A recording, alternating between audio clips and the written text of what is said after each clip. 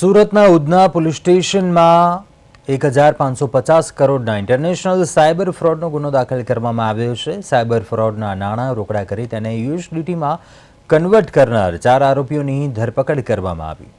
આરોપીઓ પાસેથી કુલ 2,60,32,000નો મુદ્દામાલ જપ્ત કરવામાં આવ્યો છે, જેમાં 1,92,09,300 રોકડા, 277.96 ગ્રામ સોનું, 10.800 ગ્રામ ચાંદી, 413.37 કેરેટ રફ હીરા અને 4 નંગ રૂપિયા ગણવાના મશીનોનો સમાવેશ થાય છે। કુલ મળીને 2,60,00,000 કરતાં વધુનો મુદ્દામાલ જપ્ત કરાયો છે। આ ગુનામાં અત્યાર સુધીમાં અંદાજિત 164 બેંક એકાઉન્ટ મળી આવ્યા છે અને 25 આરોપીઓની વિરુદ્ધ 1.5 લાખ પાનાની ચાર્જશીટ દાખલ કરાઈ છે। ત્યારે આરોપીઓ લોકોની લાલચ આપીને કરંટ બેંક એકાઉન્ટ ખોલાવતા અને તે એકાઉન્ટ તથા સિમ કાર્ડ ઇન્ટરનેશનલ ગેંગને સાયબર ક્રાઇમના નાણાં ટ્રાન્સફર કરવા માટે કમિશન પર ભાડે આપતા।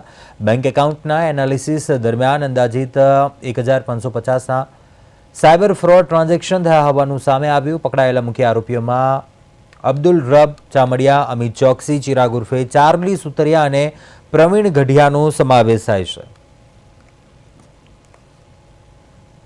પોલીસ સ્ટેશનમાં એક સાયબર ફ્રોડનો ગુનો દાખલ થયેલો હતો, જેમાં અમારી પાસે એક ઇન્ફોર્મેશન હતી કે એક વ્યક્તિ છે એ પોતાની પાસે અત્યારે બેંકની ચેકબુક, પાસબુક, પોતાના બેંકના ડિટેલ્સ અને એક મેમોરેન્ડમ એટલે કે પાર્ટનરશિપની ડીડ લઈ અને જઈ રહ્યો છે।